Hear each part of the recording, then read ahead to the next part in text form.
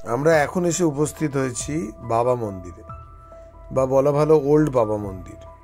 যারা যারা নাথুলা ঘুরতে আসেন তারা ওল্ড বাবা মন্দিরের নাম হয় শুনেছেন, নাহলে দেখেছেন।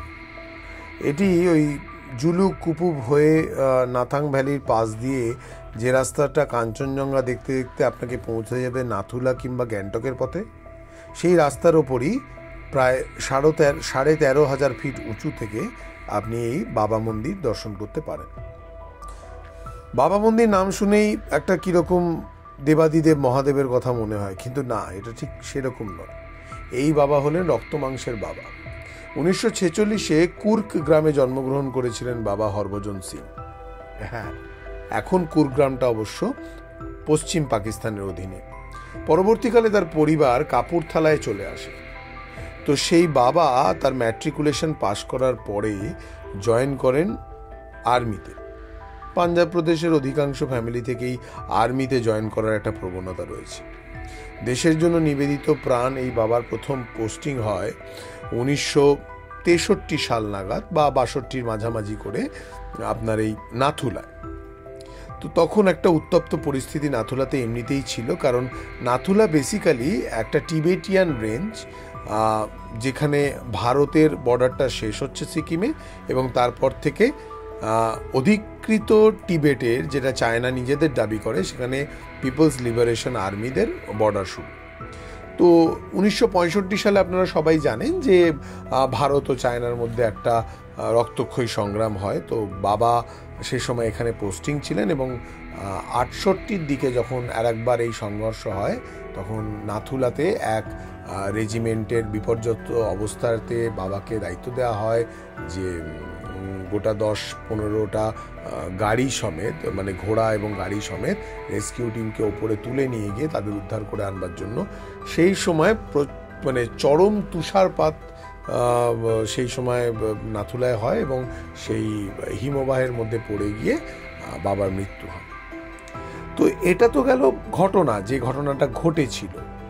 এর পরে আসে যে লোকমুখে আমরা কি কথা শুনতে পাই, এবং বিশ্বাস করবেন না, মানে এখন আমার লোম খাড়া হয়ে যাচ্ছে, বা আপনার একটা গা ছমছমে পরিবেশ তৈরি হবে আপনি যদি ওখানে কোনোদিন পা রাখেন এবং পরে স্মৃতিরোমন্থনে আমার এই কথাগুলো মনে করেন।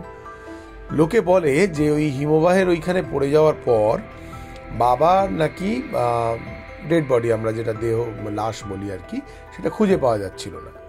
3 দিন এরম কেটে যায়।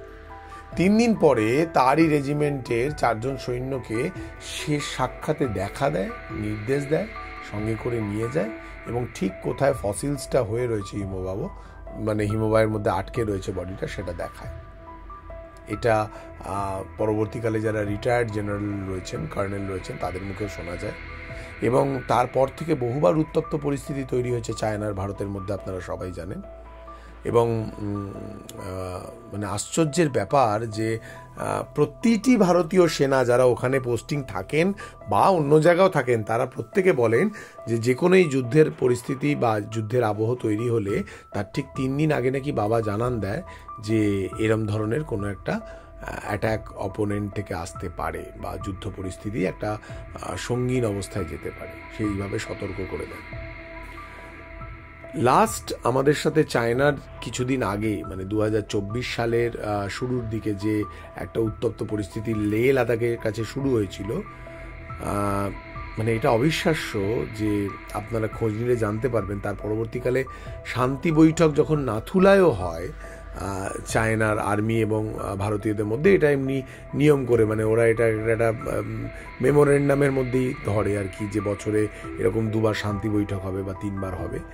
তখন চাইনিজ পিপলস লিবারেশন আর্মি ওই বৈঠকে, যখন ওই বোর্ড অফ ডিরেক্টরসের মতো করে চেয়ার পেতে একপাশে ভারতীয় সেনা একপাশে চাইনিজ সেনা থাকে, চাইনিজ আর্মিরা একটা চেয়ার রেখে দেন বাবা হরভজন সিং এর জন্য। মানে কিরকম অদ্ভুত না? এই যে ঘরটা দেখতে পাচ্ছেন, এই ঘরে বাবা হরভজন সিং থাকতেন। এখানে যেখানে ছবিটা রয়েছে, এই খাটে উনি শুতেন, এবং তার এক কম্পেনিয়ানও তার সাথে থাকতো। সেই সময় যেই জায়গাটায় এখন বাবা হরভজন সিং এর ছবি লাগানো রয়েছে, এবং বহু মানুষ, বহু দর্শনার্থী যারা যান, তারা ওখানে পুজো তো দেনই, মধুমিতাও দিয়েছিল, পুচকে, আমার ওইটুকু ছোট বাচ্চা, সে পর্যন্ত সউৎসাহে মায়ের সাথে বাবা মন্দির দর্শন করতে গেল, এবং কি এনার্জি!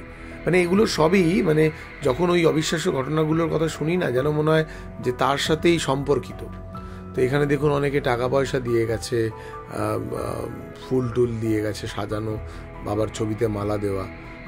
মাত্র 22 বছর বয়সে তিনি মারা যান আর কি। তার গ্রাম এখনও তাকে শহীদই বলে। এবং অদ্ভুত ব্যাপার, যেটা আরও আশ্চর্যের ব্যাপার, যে এই যে আপনারা দেখতে পাচ্ছেন যে বিভিন্ন রেজিমেন্টের আর্মির পোশাক, বাবারও এরকম একটা পোশাক আছে যেটা কাঁচের বক্স করে রাখা থাকে। 1968 সালের পর থেকে তো বাবার আর ওই পোশাক পরার প্রয়োজনীয়তা দেখা দেয়নি, কিন্তু সেই 68 সালের পর থেকে প্রায় মানে নয় করে 50 বছরের ওপর হয়ে গেল, এখনো পর্যন্ত বাবার সেই ড্রেস অমলিন, মানে সেটা পরিষ্কার করতে হয় না। ভাবতে পারছেন? সেই ড্রেস নাকি বাবার আত্মা নিজেই পরিষ্কার করে রাখেন, একটুকু ধুলো তাতে নেই।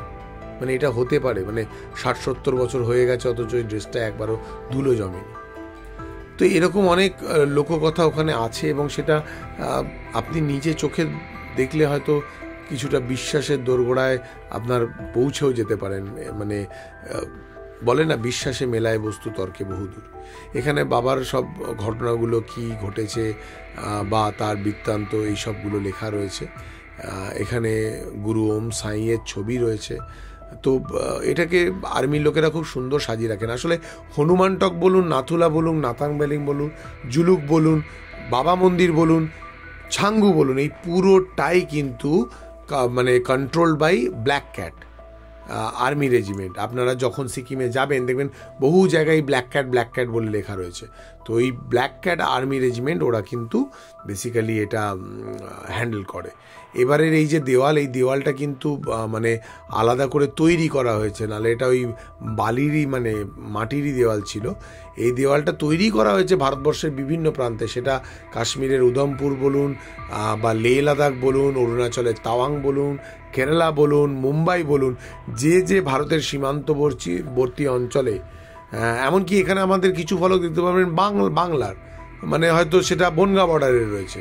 ঠিক আছে, যে রেজিমেন্ট সারা ভারতবর্ষ জুড়ে আমাদের ভারতীয় আর্মির রয়েছে, তারা প্রত্যেকে শ্রদ্ধা জানানোর জন্য বাবা মন্দিরে কখনো কখনো গেছেন, অথবা এখানে তাদের প্রতিনিধি পাঠিয়ে এই ফলক নির্মাণ করেছেন।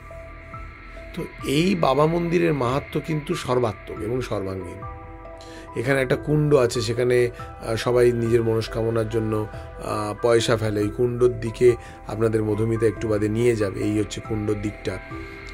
তো সেখানে কয়েন ফেলে নিজের মনস্কামনা জানায়। তো এরকম বিভিন্ন জিনিস রয়েছে, যেটা ফোকলোর আমরা বলি না, যে লোককথা, কিন্তু আবার সেই একইভাবে বলতে হয় যে আপনি যদি বিশ্বাস করেন তাহলে এর থেকে বড় বিশ্বাসের কিছু নেই, আর আপনি যদি না বিশ্বাস করেন, সেই কুণ্ডটা এখানে দেখুন ধাপিও করা রয়েছে।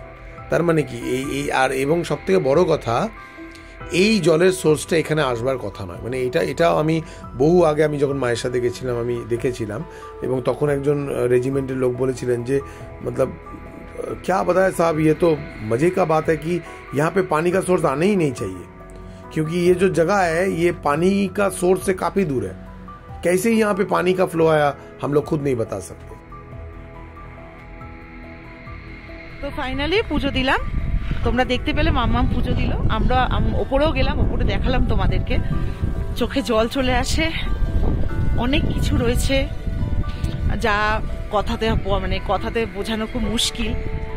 মজার ব্যাপার হচ্ছে এখনো পর্যন্ত 11ই সেপ্টেম্বর প্রতি বছর আর্মিরা আন্তরিকতার সাথে এনজেপি স্টেশন থেকে কাপুরথালার জন্য যে ট্রেন রওনা হয়, তাতে বাবার প্রাপ্য যতটুকু জিনিস আর্মিদের তরফ থেকে দেওয়ার কথা সেটা তারা তার পরিবারের জন্য পাঠায়, এবং তার পরিবার তার সেটা রিসিভ করে। এবং বাবার মৃত্যুদিনে তারা শহীদ ঘোষণা করেছিল বাবাকে সেই কাপুরথালা গ্রামে, সেই শহীদ দিবস তারা পালন করে, এবং এটা রীতি মেনে প্রতি বছর হয়। মানে অবিশ্বাস্য, মানে ভাবনার ঊর্ধ্বে যে একটা মানুষ আজ থেকে প্রায় কত বছর আগে মারা গেছেন, কিন্তু তার ফ্যামিলি এখনো একইভাবে তারা এই রেজিমেন্টের সহায়তা পাচ্ছেন এবং রেজিমেন্ট মনে করে যে বাবা এখনো তাদের হয়ে সার্ভিস করছেন, তারা বিভিন্ন সময় বাবার সাহায্য পান, বিশেষত কোনো ক্রাইসিস পিরিয়ডে বাবা তাদের সাহায্য করেন। তাই সেই সার্ভিসের জন্য যতটুকু রেমুনারেশন হওয়া উচিত সেটা তার পরিবারের হাতে তারা তুলে দেন। যেটা বলার ছিল, এইখানের অফিসাররা এত কোঅপারেটিভ, এত ভালো। পুজোটা দিলাম, দেওয়ার পর ওনারাই আমাকে সেলুটেপ লাগিয়ে দিলেন। তো ওখানে কেউ ছিল না প্রসাদ নেওয়ার, ওখানে তো কিশমিশ প্রসাদ, তো কিশমিশটা নিজের হাতে নিয়ে নিলাম। আমি বললাম मैंने ले लिया। उन्होंने कहा कि মানে ওনারা বললেন যে कोई बात नहीं, अच्छा किया। তো খুব ভালো লাগছে গো, মানে এখানে এসে পরিবেশটা এত সুন্দর, সিরিয়াসলি বাড়ি যেতে ইচ্ছে করছে না। তবে যেটা শুরু আছে সেটা তো শেষ আছে। তো যাই হোক, তো যেটা বললাম তোমাদের, এটা হচ্ছে পুরনো বাবা মন্দির। পরে আবার আসছি। গায়ে কাটা দিল না এই কথাগুলো শোনার পর। তো যাই হোক, আমরা বেরিয়ে পড়েছি বাবা মন্দিরের থেকে। এরপর যেই ডেস্টিনেশনে যাচ্ছি সেটা হচ্ছে ছাঙ্গু লেক। তো তোমাদের সাথে দেখা হচ্ছে। বিশেষ কিছু কথা বলতে ইচ্ছে করছে না, তবে একটা কথাই বলবো, মানুষটাকে শ্রদ্ধা করো, ভালোবাসো, আর সব কিছু নেগেটিভের ঊর্ধ্বেও আছে পজিটিভিটি। এটাই হলো বড় কথা। তো সবাই ভালো থেকো, সুস্থ থেকো।